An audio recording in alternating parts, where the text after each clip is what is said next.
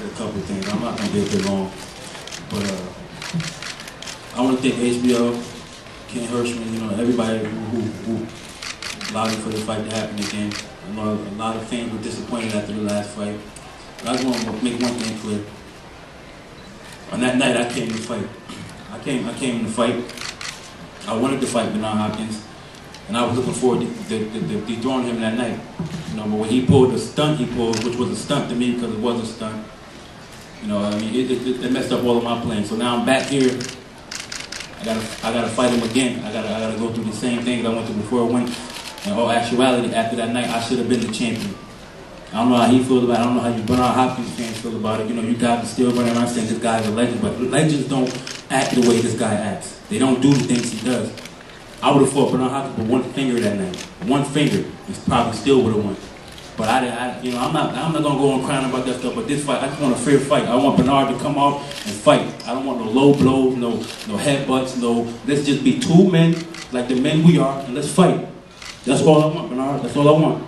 I just want to fight. That's it. That's all I'm gonna say.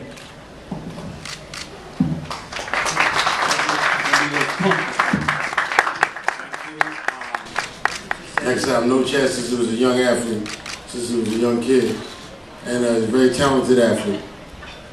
But the challenge is now, as we deal with the history of this month, and we talk about throwbacks and like you said, legends, I key on certain things. Like when the young man was speaking earlier, he said, I gotta fight this man again. He didn't say, I get to fight this man again. One says one thing to me, the other one says something else to me. And I key on small things like that when I watch athletes. This athlete sitting to my right is cut from a cloth that I'm sure you guys remember. We've been in the losses here of late, and we've seen the history. When we've lost the Goody Petronellis, we've lost the Angelo Dundees, we've lost the Joe Fraziers. These guys are what we call old school. This is what we call legacy and history. This guy's cut from that crew. And like I said, he's cut from one of those old school guys, like the great Bowie Fish out of Philadelphia. This is our history. Butch Lewis and all these guys that we lost, Bernard Hopkins is cut from that cloth. So I challenge the reporters and everybody to remember history and know the history of this sport. Reporters, there's nothing can be said about this man we haven't said. So even as a reporter, you're going to be challenged on this particular album. Because now you have to find something to write about this man in the magnitude that befits him. And like I said, you've already written so much about Bernard Hopkins. Where do I go now? You know what I mean? So your creativity is going to have to come out. Mr. Smith and all you guys have been around and been writing about this man for years. You know what I mean? Because he is a legend. He has proven his legacy time and time again. When I look at Chad Dawson, I see a young man who has a future in front of him. But I've also seen a man like Bernard Hopkins do damage to young fighters as far as their future went. You know, all of this sounds great. When you go to the film, you see, I argue with Bernard after the fight. They took me to the film. I said, Bernard, he didn't hook your leg. You know what I mean? And his massage guy said, no, look, and he showed me the film because I couldn't believe it. I was like, he literally hooks your leg and MMA's you. This is boxing. Okay, we can say what we want. We saw the film.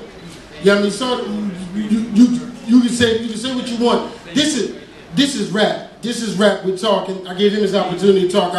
I'm talking now. So I was courteous to him. I begged him to be courteous to me. But like I say, we show our raise. My thing is, go to the film. You'll see what I'm talking about. But you won't have to because in the second fight, Bernard Hopkins will be the legend that you've come to know, that you've come to understand.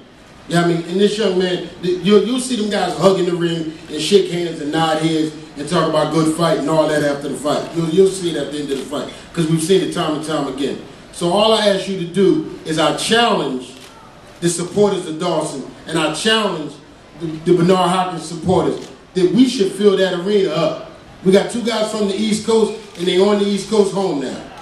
We should fill that arena up. So I thank you guys for your time and your patience. All we said.